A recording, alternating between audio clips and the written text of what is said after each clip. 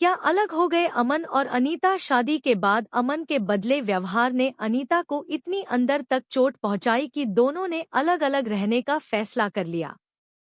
क्या अनीता अभी तक ऐसे ही बैठी हो अस्तव्यस्त सी? मैंने सोचा तैयार बैठी होगी तुम। ड्राइवर तुम्हें रिंकी के यहाँ छोड़ देगा। बहुत सारी खरीदारी करके लौटी थी नीलाजी पर। अनीता को देखते ही उस पर बरस पड़ी। मेरा मन नहीं है रिंकी के यहाँ जाने का। अनीता रिमोट से चैनल बदलते हुए बेमन से बोली। अरे तो समझाओ अपने मन को। डोट अपने मन पर काबू रखना सीखो। पर यहाँ तो उल्टा ही हो रहा है। मन ही तुम्हें अपने पंजों में जकड़ता जा रहा है। नीलाजी ने अनीता को समझाया। मेरा मन मेरी सुनता कहाँ है मम्मी? अनीता खोखली हंसी हंस दी। ऐसा नहीं कहते। रिंकी तुम्हारी सबसे प्यारी सहेली है। कितना आग्रह करके गई थी कि मेहंदी की रस्म से लेकर विवाह की समाप्ति तक तुम्हें उसके घर में ही रहना है। तुमने छुट्टी ले ली है। 2 महीनों से तुम्हारी तैयारी चल रही थी। ढेरों कपड़े खरीद डाले तुमने, फिर अचानक ऐसी बेरुखी क्यों? कोई बेरुखी नहीं है, बस जाने का मन नहीं है। मुझे कुछ देर के लिए अकेला छोड़ दो मम्मी। क्या हो गया है मेरी बच्ची को? इस तरह तो तू घर की 4 दीवारी में घुट कर रह जाएगी। जीवन है तो उसके सुख दुख भी होंगे। रिंकी के यहाँ तेरी अन्य सहेलियां भी आएंगी, मन बदल जाएगा। नीलाजी ने उसे जबरदस्ती उठा दिया। नीलाजी देर तक शून्य में बनती बिगड़ती आकृतियों को देखती रहीं। क्या नहीं था उनके पास धन, प्रतिष्ठा और अनीता व प्रखर जैसी मेधावी संतानें? पर अनीता का विवाह होते ही जैसे इस सुख को ग्रहण लग गया। अनीता ने जब अमन से विवाह का प्रस्ताव रखा था तो उनकी खुशी की सीमा नहीं थी। अमन था भी लाखों में एक। 32 वर्ष का अमन अपनी कंपनी का सर्वेसर्वा था। उसके शालीन व सुसंस्कृत व्यवहार ने सभी का मन जीत लिया था। पर विवाह होते ही नवविवाहित जोड़े को न जाने क्यों ग्रहण लग गया। हर बात पर दोनों का अह टकराता। अनीता ने हनीमून के बाद से ही अमन में मीनमेख निकालना जो शुरू किया तो कभी रुकी ही नहीं। पहले तो अनीता ने इन छोटी मोटी बातों पर ध्यान ही नहीं दिया। वह तो यही सोचती रही कि हर विवाह में एक दूसरे को जानने समझने में समय लगता ही है। पर जब तक वह चेती शायद बहुत देर हो चुकी थी। एक दिन अचानक ही अनीता ने घोषणा कर दी कि अब उसका अमन के साथ रहना संभव नहीं है। यह सुनकर नीलाजी कुछ क्षणों तक स्तब्ध रह गई। उन्होंने और उनके पति ने बात संभालने का भरसक प्रयत्न किया, पर अनीता तो जैसे कुछ सुनने को ही तैयार नहीं थी।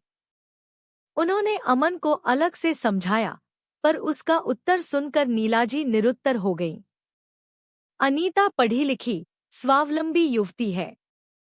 यदि उसे लगता है कि वह मेरे साथ नहीं रह सकती तो उसे बांध कर तो नहीं रखा जा सकता न मम्मी? अमन का तर्क अकाट्य था। 2 वर्षों से अनीता और अमन का तलाक का केस चल रहा है। अब तो नीलाजी की यही इच्छा है कि अनीता को शीघ्र मुक्ति मिल जाए ताकि वे भी इस झमेले से छुटकारा पा सकें।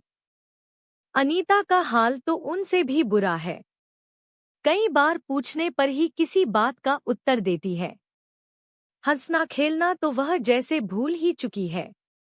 रिंकी अपने विवाह का निमंत्रण पत्र देने आई तो नीलाजी की बांछें खिल गईं। रिंकी अनीता की सबसे प्रिय सहेली है।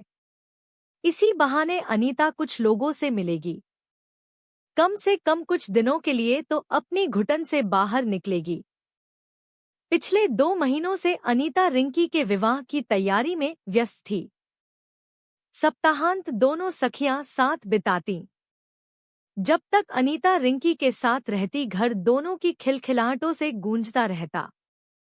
अनीता ने मेहंदी की रस्म से लेकर विदाई तक हर अवसर के लिए अलग अलग परिधान बनवाए थे। हर परिधान के साथ मेल खाते गहने तथा पर्स खरीदे थे। तरह तरह की चप्पलों और सैंडलों का चुनाव किया गया था। सब कुछ संजो कर करीने से सूटकेस में सजाकर पैक किया था और अचानक आज विवाह में जाने से मना कर दिया।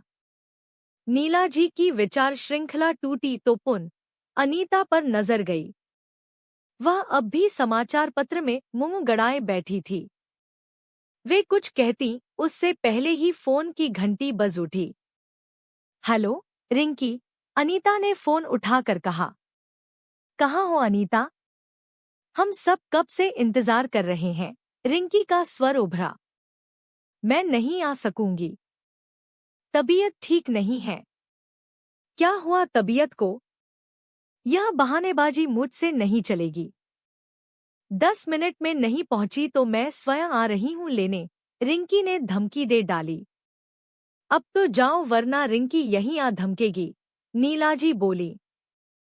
बात वह नहीं है मम्मी, मैं तो कुछ और ही सोच रही थी। क्या? रिंकी वहां अकेली तो होगी नहीं, घर मित्रों और संबंधियों से भरा होगा। मुझे देखकर किसी ने कुछ कह दिया तो?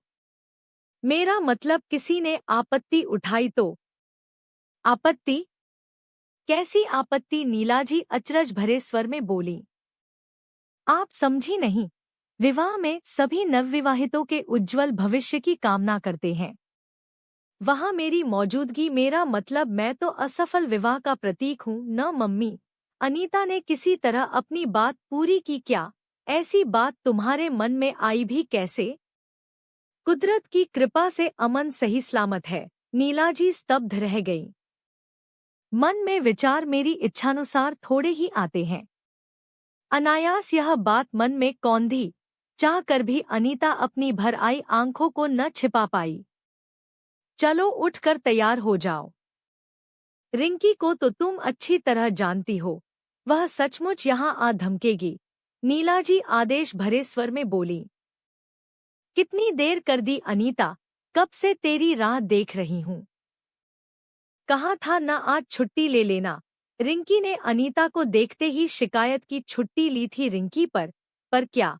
मन को अजीब से संशय ने घेर लिया था। कैसा संशय? यही कि तेरे शुभ विवाह में मेरा क्या काम? तेरे दिमाग में बड़ी उटपटांग बातें आने लगी हैं अनीता। खबरदार जो आज के बाद ऐसी बात मुंह से निकाली, कह रिंकी ने उसे चुप करा दिया। मेहंदी की रस्म हंसी खुशी संपन्न हो गई। सब खाने पीने और बातचीत में व्यस्त थे पर अनीता को लगता सब उसी की बातें कर रहे हैं। रिंकी लगातार फोन करने में व्यस्त थी। बधाई देने वालों का तांता लगा था। उनसे फुर्सत मिलती तो सूरज का फोन आ जाता। वह अपने यहाँ होने वाले उत्सव का विवरण देता। फिर रिंकी उसे विस्तार से अपने मित्रों, संबंधियों और मेहंदी की रस्म के बारे में बताती। आज रात को नृत्य और संगीत का कार्यक्रम है। अनीता मेरी अच्छी तरह फोटो लेना। मैं पूरा एल्बम सूरज को भेंट करूंगी। फोटोग्राफर तो कल से आएगा, रिंकी ने आग्रह किया। ठीक है, अनीता ने अनजाने ही सिर हिला दिया। वह तो अपनी ही सोच में डूबी थी। उसे स्वयं पर आश्चर्य हो रहा था कि कितनी बदल गई है वह। बिल्कुल अकेली और उदास। मन में अजीब सा शून्य पसरा हुआ है। कोई फोन पर बात करने वाला भी नहीं है। अपना मोबाइल निकाल कर देर तक उसमें सुरक्षित नंबरों को आगे पीछे करती रही। अमन का नंबर अभी तक सुरक्षित था। सोचा फोन मिलाकर देखे नंबर वही है या बदल गया है। अनजाने नंबर डायल कर दिया। उधर से अमन का स्वर उभरा तो घबरा कर फोन बंद कर दिया।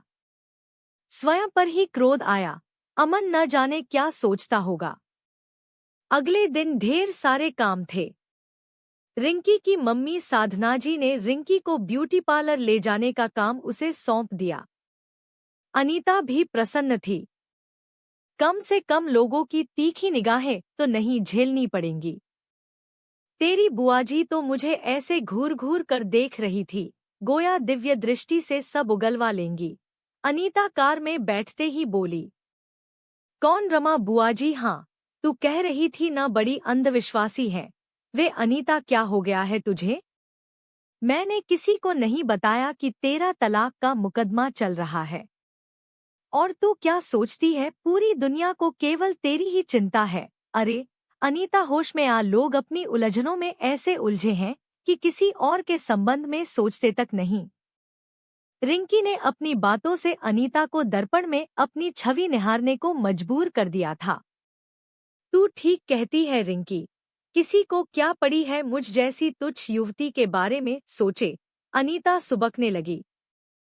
यह क्या है अनीता, हर बात को अपनी सुविधानुसार मोड़ लेती है। पता है रमा बुआजी क्या कह रही थी क्या? अनीता ने आंसू पोंछ लिए थे। कह रही थी, तेरी सहेली तो बड़ी सुंदर है। मेरी नजर में एक बड़ा अच्छा लड़का है। उससे शादी करवाऊंगी। तेरी सहेली की तो तूने क्या कहा? अनीता आंसुओं के बीच भी मुस्करा दी। मैंने कहा कि मेरी सहेली न केवल सुंदर है वरन बहुत गुणी भी है। 50,000 प्रति माह वेतन है उसका। रिंकी, तू जब भी मेरी प्रशंसा के पुल बांधती है तो मैं ठगी सी रह जाती हूँ। अनीता बोली। मैंने कुछ गलत कहा क्या? नहीं, मैंने यह तो नहीं कहा।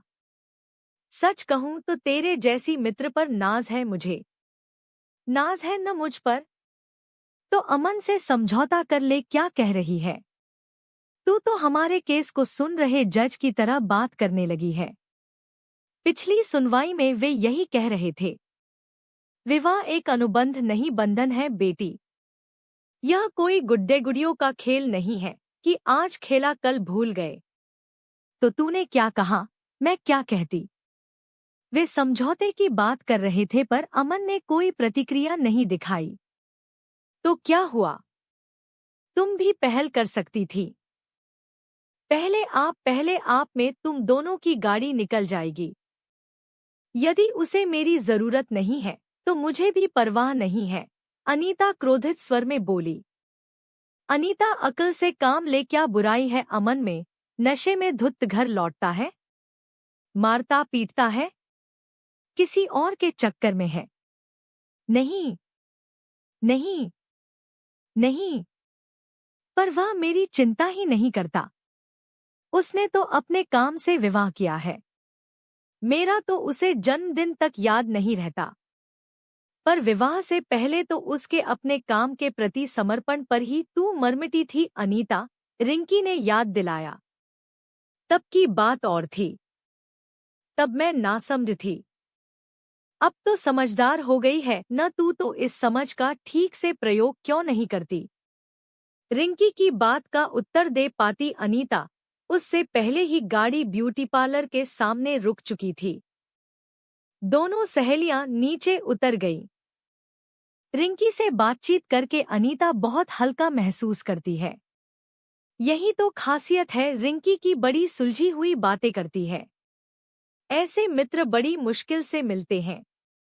ब्यूटी पार्लर में भी अनीता की विचारधारा अनवरत चल रही थी। विवाह का दिन गहमा-गहमी से भरा था। सजने से रिंकी का रूप और निखर आया था। कितनी सुंदर लग रही है रिंकी, है ना आंटी? अनीता रिंकी को एकटक देखते हुए बोली। तुम दोनों सहेलियां सबको मात कर रहीं। रिंकी की मम्मी अपनी बात पूरी कर पाती तभी आवाजें आने लगी कि बारात आ गई। सब उसी ओर दौड़ गए।